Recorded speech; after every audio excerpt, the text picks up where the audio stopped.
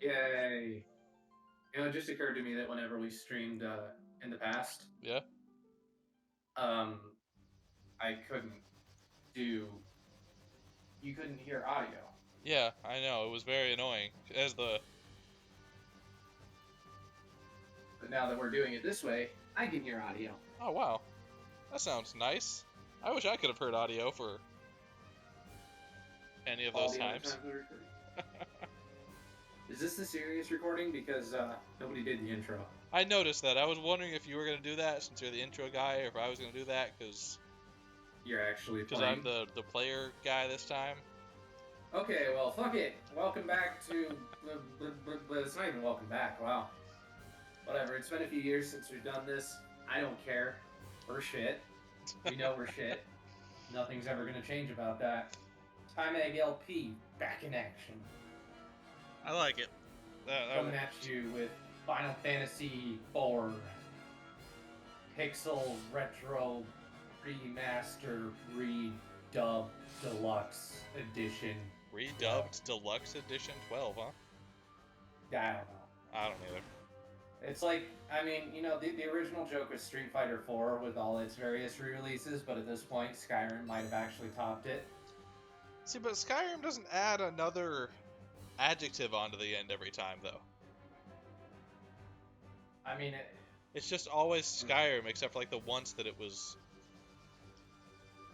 Game of the Year edition or whatever. But that was it. It was never Super Ultra Skyrim no, it's not Deluxe. Skyrim Special Anniversary Edition Game of the Year, Special Anniversary Game of the Year Edition. Blah. Okay, so let's actually forget about Skyrim for a minute. We'll go off on tangents later. For now, let's at least pretend for the first video like we're actually gonna not be pieces of shit. It's too late for that. We're already like 2 minutes in.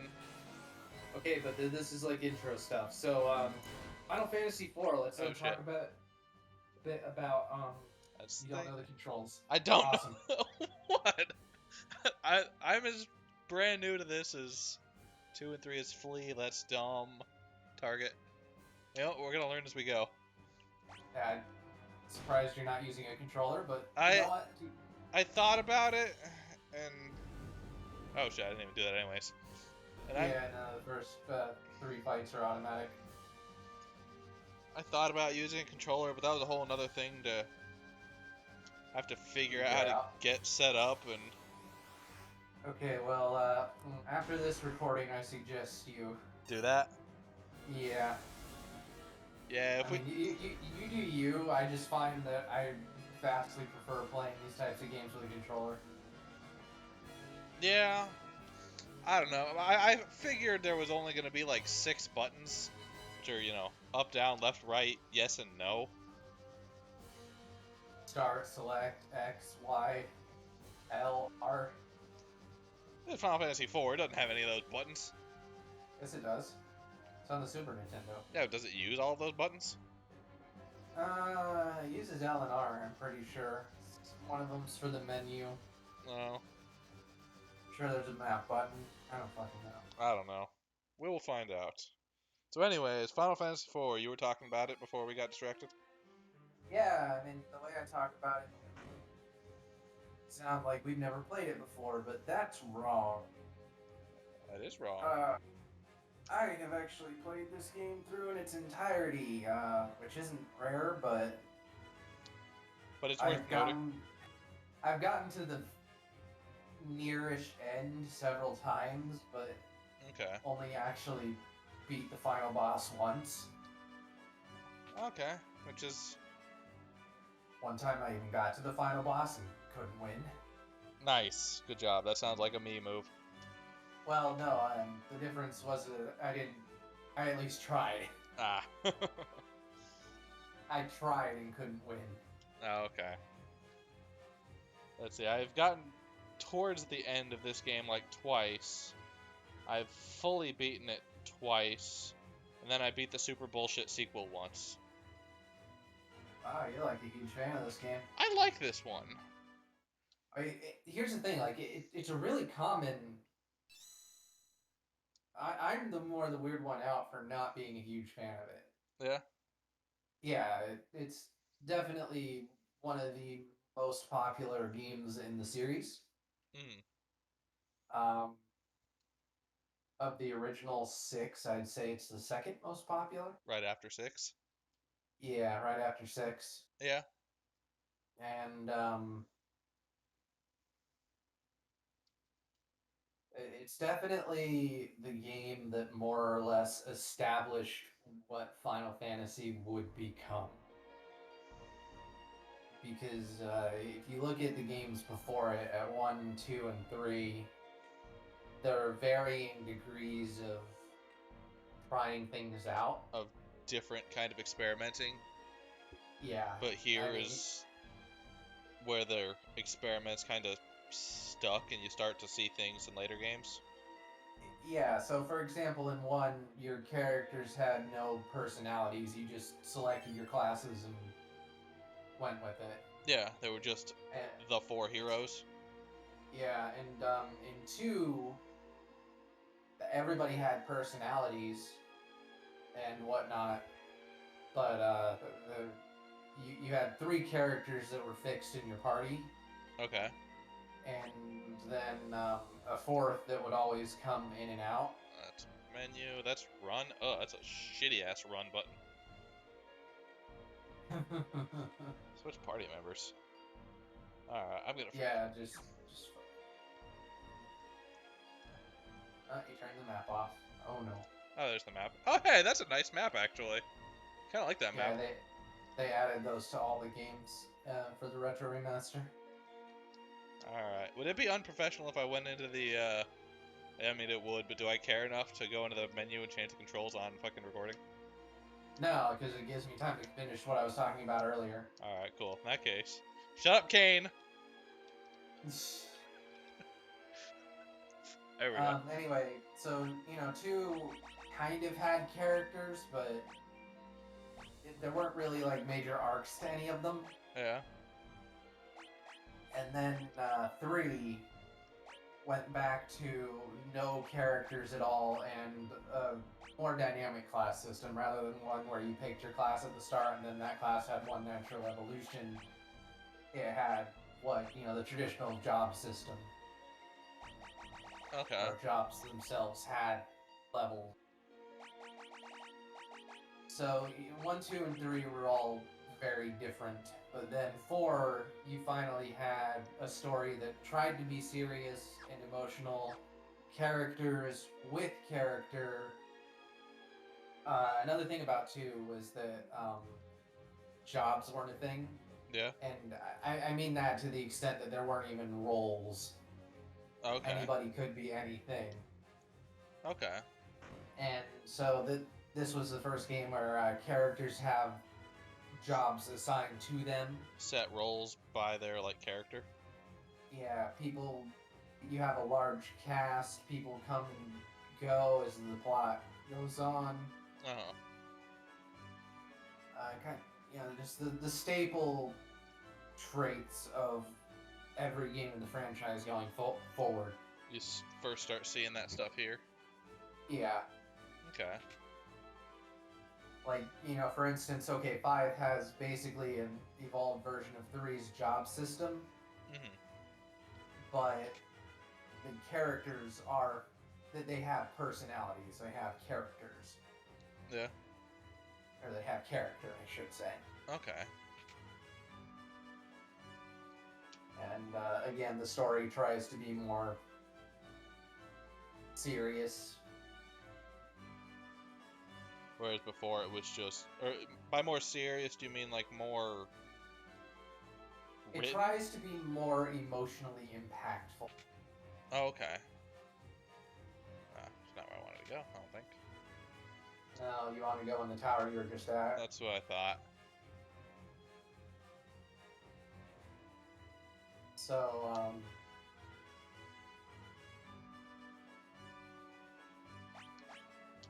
yeah, a lot of it is also reflected in the music. There are themes from this game that a lot of people consider some of the best, Yeah. whether or not Whether or not you, obviously I have my own opinion, so that's whether or not you agree that is a common belief. yeah, that's what makes discussing this so difficult for me is that You don't I disagree? dis You I disagree disagree too with a much? lot of this stuff. I just noticed. I think the characters all have their own little colors in the text boxes in this one. I noticed that too, and I wasn't like 100% Like sure, but now that you noticed it Cecil's is too, light blue and Rose's is white. Rose's is white, Kane's I think was like gray, if I remember right. Because he's evil, maybe. I mean, But that would be spoilers all I'm gonna say is for this. he looks evil for this game that's like 20 plus years old. Yeah, that's what spoilers for this game that has the totally normal plot where you go to the moon. And that's where I mean, is I that don't want to go like is that dump. really that weird though? You go to the moon in more than one fucking fantasy seeming RPG. Well, this is where it's like, do I want to be a negative Nancy in video 1, or do I want to wait till down the line to start You can talking about things that save a little bit for when we get there. Save the moon bitching for at least the almost moon. Now you can have well, castle bitching. I don't have a problem with Castle though. I do like the castle. I actually think it's really neat how like you pull the lever Yeah. to open the door. A little bit of interactivity. All right. But like, okay. Okay, what? Okay, you know what? Fuck it. There's so many Let's Plays or whatever of this game sucking its cock that I can voice my fucking opinions. All right, So, all right. Cecil is a Dark Knight, right? Yeah, Cecil is a Dark Knight. And there's his whole arc is supposed to be built around him renouncing his dark ways and becoming a paladin. Yeah. But here's why I consider that a non-arc in this game. Okay. At the start of the game, he already doesn't like being a Black Knight. Yeah. We never see him being Evil. particularly evil. Yeah. And it's suggested, if you actually listen to Kane's dialogue, that he was encouraged by the king to learn the dark sword. Yeah. So the very first thing that happens in the game is he gets demoted. I mean, the very, very first thing that happens is the attack on the city. Yeah. Which he already wasn't a fan of. And then after that, he gets his command position revoked. Yeah. So it's not really an arc because he doesn't really change internally. It's just his external position or status that changes. I think they started like halfway through the arc, and that's the problem. Is that he was never like he was evil, and he did do bad things, and then at some point he did decide he didn't want to be bad anymore. We just weren't there for any of that. That's not the impression that I get from listening to his dialogue with Kane and Rosa, yeah. Rosa, yeah. Yeah. Oh shit, there we go. A and D. Oh, it's those. Yeah. Sorry, I'm still learning controls. No, I'm trying to talk to fill in this void while you learn controls. Yeah. So it just a sure. lot of the story elements and those emotional things I was talking about earlier. Yeah. Don't hit home for me for reasons like that. Yeah. Like, I know a lot of people enjoy the moment when Cecil becomes a paladin. Yeah. And I will grant that it's a cool moment, but the emotion isn't there as much the emotion as it isn't could there. I do appreciate the way that it's woven into the gameplay. Yeah. That if you attack, yes, you can move on an angle in these, by the way. I just saw that. That's kind of cool. Anyway, where was I going? Oh, right. So I like the way that they wove it into the gameplay by you actually have to defend against Dark Knight Cecil, and if you attack, you lose. Yeah. But like I said, in terms of feeling any kind of emotional resonance, it doesn't feel like an arc so much as just the natural progression of where we were already going, you know? Like I said, it's more his exterior that changes than his internal. Yeah. Which again, I go back to I feel like we're in the middle of his arc or towards the end of everything. And we just see like the final bit of the change. We don't actually see the. But I feel like it's. I don't know. Well, and whether it is or isn't, all I'm saying is, for me, and this is what it comes down to, because art is subjective, blah blah blah. Yeah. For me, not seeing any of that stuff, whether it happened or not, there's no emotional payoff. Yeah. And I get that. I don't worry about it too much, but I understand that. Well, worry seems like such a wrong word. It's because it's why these games don't connect with me the way they do. They seem to with most people. Yeah. This is not like I deeply psychoanalyze it in the moment and go like, why am I not feeling this? Blah blah blah. It's more like in the moment I'm just like, okay, I don't care. Yeah. In the moment I don't care, and then I think about it later. Why didn't I care? Because everybody else is just like, remember that moment when this happened and it was so cool and so emotional, and I'm just like, yeah. Yeah. I don't know. It's like I understand, but I don't necessarily agree. It's hard because strictly factually analyzing what you're saying, I agree. But I don't agree because I don't know. Maybe if you want it to be emotional, you can find what you need to make it. I don't. I mean, I was like, I don't know how to exactly say what I'm trying to say, but ultimately I mean, if it works for you, it works for you. What I find a lot of it comes down to in art in general is how much you like the characters. Yeah. If you like the characters, the story can have problems, and you can pick things out, but ultimately it doesn't matter because you enjoyed the characters and you enjoy watching them face this conflict. Yeah. But if something for some reason doesn't connect, it just what? It changes. Like the whole point of emotions is that they're not rational. Yeah. And you can dissect why some stories work and why some don't, but at the end of the day, there are things that are, from a more objective standpoint, again, you're dealing with subjectivity, but I believe that there are degrees of subjectivity. Yeah.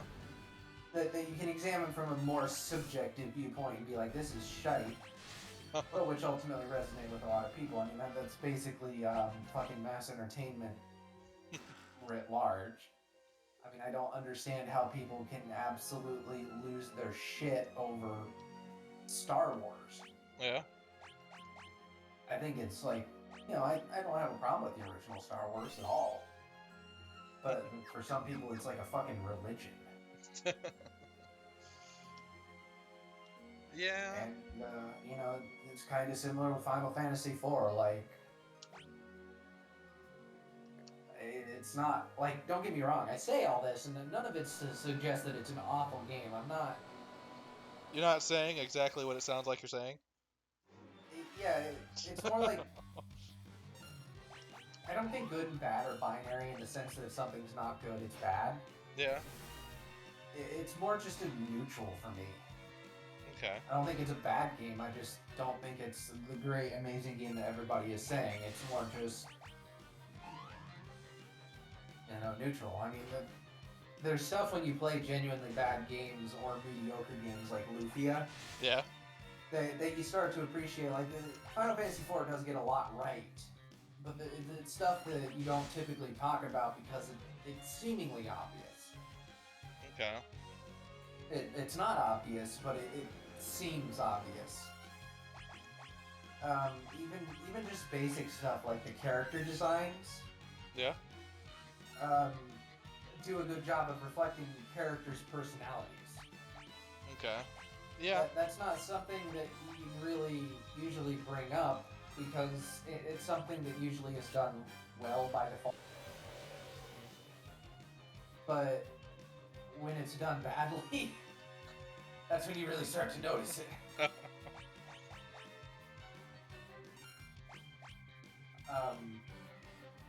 now we wait.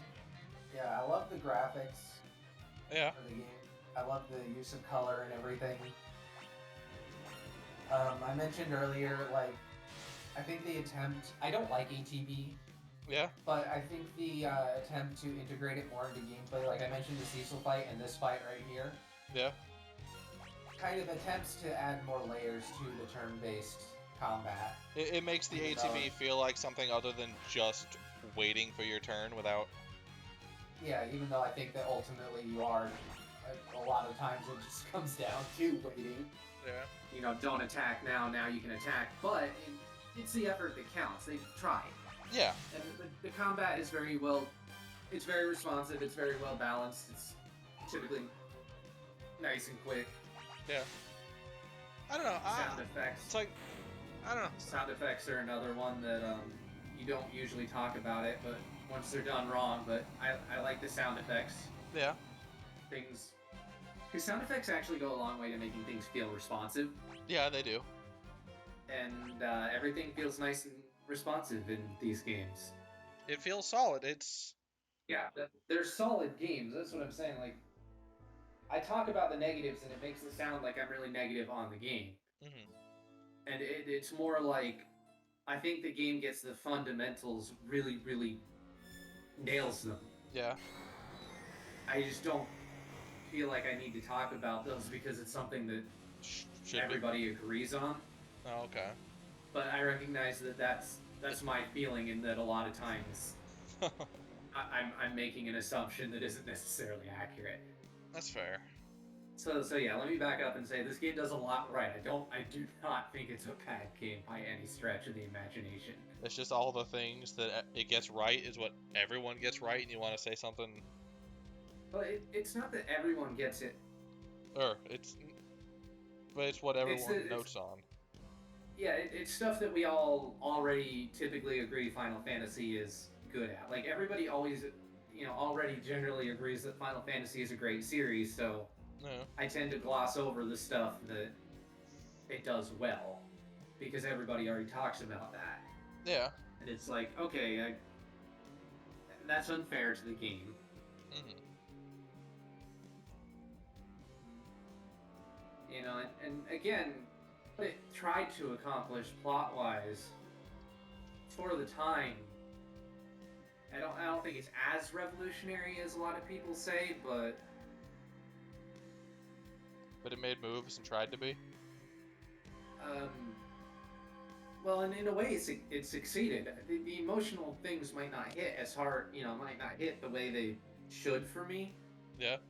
But in terms of the structure, it's definitely way more, like I said, complex and advanced than what came before a lot of cases on the NES. And the only reason I don't give it more praise is that I just don't know. I know there are a lot of obscure Japanese games on the NES that had more story going for them. Yeah. Than generally what we know. Yeah, boy. Yeah, it's fine.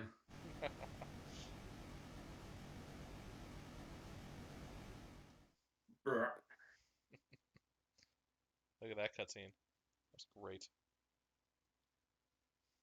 I mean, even the idea of getting NPCs to move in scripted ways was a big deal back on the original NES. Mm. So, there is that context. By the way, have you been keeping track of time? Yeah, we're just about done. I figured we'd get through this little scene to about here. Hey, I got an achievement. And Yay! that's All right. probably going to be our ending point. Join us next time for more bitching about games that everybody loves. Yay! Fuck you!